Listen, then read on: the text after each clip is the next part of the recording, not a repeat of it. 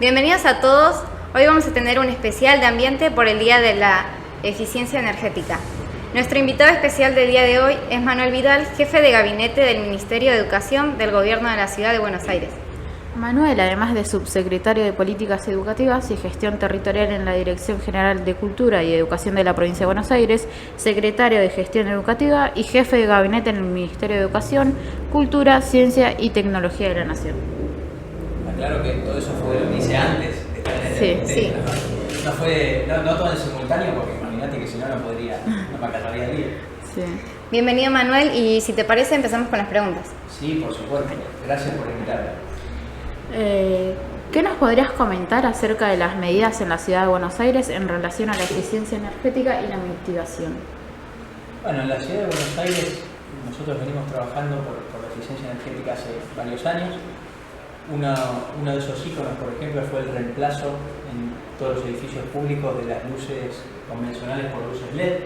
Esa fue una medida muy importante. Si ustedes miran, si encuentran, por ejemplo, en YouTube o en Internet, la posibilidad de tomar una imagen satelital o una imagen aérea de la Ciudad de Buenos Aires respecto a provincia de Buenos Aires, pueden mirar cómo se ve el cambio, que cuando vos estás iluminando la Ciudad de Buenos Aires se ve toda la luz LED, y a partir de la General Paz para el otro lado se ve ese cambio de la luz LED por una luz común.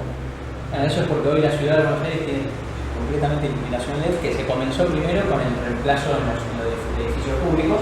Hoy la iluminación pública es toda LED, pero todavía nos queda el desafío de en todas las escuelas, en todos los edificios públicos, poder ir reemplazando la luz convencional por la luz LED. También el compromiso que tomó la Ciudad de Buenos Aires en el marco del C40, sé que ustedes como escuela participaron. Sí, participamos. ¿El año pasado fueron? Sí. ¿El C40 estuvo bueno? Sí, bastante. Bien. Bueno, en ese marco la ciudad se compromete al 2050, pero antes tiene un paso intermedio, que es que para el 2030 tiene que haber reducido en un 50% la emisión de gases de efecto invernadero. Sí. ¿No? Eso es un desafío enorme, es un desafío muy ambicioso, para el cual no alcanza solamente con lo que haga el gobierno, ¿no? Esto requiere de que todos nos comprometamos con esto, que los ciudadanos, tanto las personas que viven en la ciudad, que son 3 millones de personas, como las que disfrutan de la ciudad, que son otras 3 millones, porque viven 3 millones y hay otras 3 millones de personas que entran a trabajar todos los días o a estudiar o a disfrutar de la ciudad. Entonces necesitamos que todos realmente nos comprometamos con esto, porque si no, no lo vamos a lograr. Es un desafío gigantesco. Imagínense que reducir un 50% la emisión de gases de efecto invernadero solamente del 23 al 2030 Sí. es muy relevante. Bueno, y para el 2050 el compromiso es que la ciudad se vuelva neutro en lo que es emisión de gases con efecto invernadero. Bien. ¿Y qué nos podrías contar acerca de algunas de las medidas específicas del Ministerio de Educación? Bueno, en el Ministerio de Educación nosotros tenemos, ustedes lo conocen bien, el programa Escuelas Verdes. El programa Escuelas Verdes existe hace 13 años ya. Se comenzó en el año 2010. Entonces la Ciudad de Buenos Aires con este programa es pionera en todo lo que tiene que ver con sustentabilidad, en todo lo que tiene que ver con eficiencia energética. Venimos transitando todo ese recorrido con terrazas verdes en muchísimas escuelas de la ciudad, con jardines laterales en algunos casos. Recién acá estuve viendo todo lo que ustedes están haciendo con el aula. Con el aula verde. El aula verde, Sí, sí. Que, bueno, me había tocado venir en pandemia, que vi que, claro, justo en pandemia se murieron muchas de esas plantas y que ustedes ahora ya las lograron recuperar en buena medida. Pero esto, mediante ese programa de escuelas verdes, se viene desarrollando en muchas escuelas. Después tenemos paneles solares. De vuelta, ustedes son una escuela muy reconocida en esto. Ya estuve mirando los paneles que ustedes tienen, pero hay muchas otras escuelas que también tienen paneles solares y que le devuelven parte de esa energía a la red. No solamente lo utilizan para las cosas que usan acá, sino que algunos ya lo devuelven a la red inclusive. El otro día también había estado en la escuela 3 del cuarto, que queda al lado de la cancha de Boca. Y es una escuela que tiene un horno sustentable. No sé si lo vieron, que es como una placa así de aluminio. Vos pones arriba la carne o cualquier lo que vayas a cocinar, exposición a la luz solar y podés cocinar de forma totalmente sustentable. Bastante interesante. Sí, sí, está bueno. Sí, también. Así que bueno, el Ministerio de Educación viene avanzando en eso, también con lo que es separación de residuos tanto en el Ministerio de Educación como en el resto de los edificios públicos, pero es una tarea de concientización y que requiere del esfuerzo de todos, porque si todos los vecinos de la ciudad no nos comprometemos con eso y con cumplir con este tipo de cosas, no lo vamos a lograr. Y la educación tiene un rol fundamental en esto de lograr esa concientización desde la más temprana edad. Interesante. ¿Y qué nos podría decir con respecto a la Ley de Educación Ambiental y su aplicación? Bueno, la Ley de Educación Ambiental, si no me equivoco, se sancionó en el año 2019, que te da un plazo, eso a nivel nacional. Pero la ciudad ya tenía una ley del 2005 con la inclusión de la educación ambiental de forma transversal en lo que es el plan de estudios, y a partir de eso que la ciudad tenía fue que se creó el programa de escuelas verdes. Pero esto está muy bueno porque no vamos a lograr un cambio en Argentina si esto solamente sucede en la ciudad de Buenos Aires. Yo les cuento lo que logramos hacer hace más de 10 años con escuelas verdes, pero esto tiene que ser algo que suceda a nivel federal. Esto es algo que tenemos que lograr en todas las provincias, que sea un idioma común, no un lenguaje común.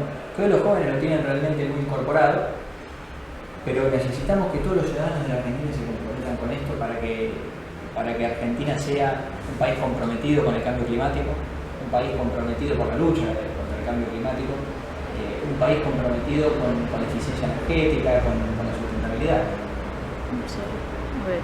¿Y cuál vendría a ser el rol de las escuelas técnicas dentro de la actual crisis climática?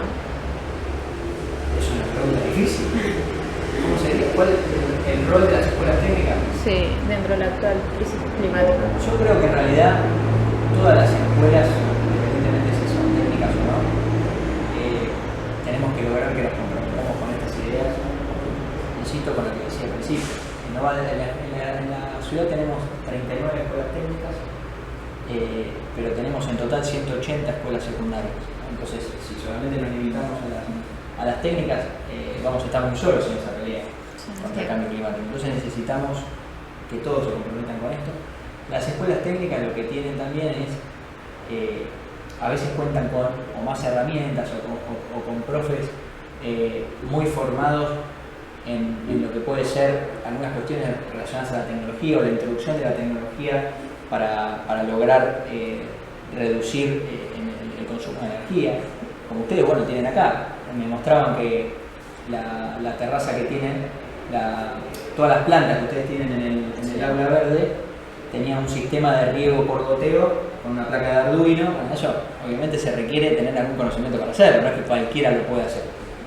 Ahí me contaba el profe que bueno, se quemó la placa y había que cambiarla. Recién venimos del receso de verano y con mucho calor, por eso las plantas están medias caiduchas, pero ya van a levantar. Bueno, pero ese tipo de herramientas que tienen los profes en la escuela técnica te ponen más cerca de ese tipo de soluciones. Entonces creo que tienen un diferencial, pero que sin duda necesitamos, sin los docentes, es muy difícil llevar adelante esto. Porque por supuesto los alumnos tienen más conciencia de esto, pero se requiere de la innovación que tienen los docentes, que acá en esta escuela a la que ustedes vienen es de primera, son buenísimos los docentes que tienen ustedes, y que es muy importante que muchos más docentes se comprometan con innovar y que no tengan miedo de innovar, que no tengan miedo de probar cosas nuevas que desestructuren la lógica tradicional de la escuela, que ustedes al final siempre se copan mucho más, como es este espacio. ¿No? Las veía cuando llegué, están hace un rato acá haciendo el podcast, así que bueno, son actividades donde ustedes seguramente ejercitan herramientas de comunicación, inventiva, repentización, oratoria, un montón de cosas que se aprenden mucho más haciendo, ¿no? Porque al final cuando ustedes terminan la escuela, lo que importa es qué saben hacer, mucho más que qué contenidos vieron en clase, ¿no? Sí. ¿Ustedes qué opinan de eso? Me preguntan todo a mí. Bastante bien, porque nos ayuda demasiado al momento de expresarnos, aprender distintas ramas, por ejemplo, hablar con otras personas, conocerlas. ¿Ustedes en qué año están? Cuarto. ¿Vos cuarto también? Sí. En cuarto. Sí, y ayuda más a que no todo sea tan teórico también. Claro, sí. Por eso aburre un poco, ¿no? Sí, también. Bueno, por eso, ¿este proyecto cuánto tiempo tiene? Esto es reciente, lo del podcast. Sí. Sí, es reciente. ¿Eh? Vienen haciendo más cosas desde el año pasado. Me parece que esta es la tercera temporada, ¿no? Sí. Creo. Ah, te Sí. imaginas como Netflix, esta tercera temporada. Hay un programa aparte que ya va por su tercera temporada. Ah, está muy bien. Bueno, y con respecto a la eficiencia energética, ustedes, si les tocara responder algunas de las preguntas que me hicieron, elijan una. ¿Qué les parece? ¿Cuál es el rol de las escuelas técnicas? ¿Cómo ven que tiene que comprometerse la sociedad con esto? ¿Cómo creen que vamos en ese camino a la reducción de gases de efecto invernadero? Y no falta tanto, cuando te querés acordar, estamos Sí. arrancando el 2023, faltan 7 años. Sí. Un desafío grande. Sí, es un desafío bastante complicado también porque todos se tienen que comprometer y a lo mismo que no todos pensamos igual y no todos se comprometen. Y eso. ¿Vos opinás algo? Y es difícil, la verdad, sobrellevar la situación con respecto a cómo vamos hoy en día. Hay algunas cosas que no se pueden sobrellevar, pero es comprometerse. O sea, si uno se compromete, lo puede lograr. Y expandir desde los más pequeños, por ejemplo, en escuelas verdes, hay algunos jardines que desde los más chicos los están haciendo entender que tienen que tirar el cesto de basura, lo reciclable, lo que se puede separar, lo que no. Y desde los más chiquitos ayudar a concientizar a las familias. Claro. Sí, que está mucho más presente en la generación de ustedes, inclusive en la nuestra, que yo soy mucho más grande que ustedes, ¿no? Pero está mucho más internalizado que en los más mayores. Entonces me parece que tiene que venir de abajo para arriba ese cambio, esa revolución. Sí. Y bueno, ustedes lo están haciendo, están siendo parte y protagonistas de eso. Claro. Bueno, ¿y cómo se imagina la ciudad para sus hijos? ¿Cómo le gustaría que fuese en algún futuro? Bueno, mirá, justamente yo fui papá hace menos de un año, así que hoy,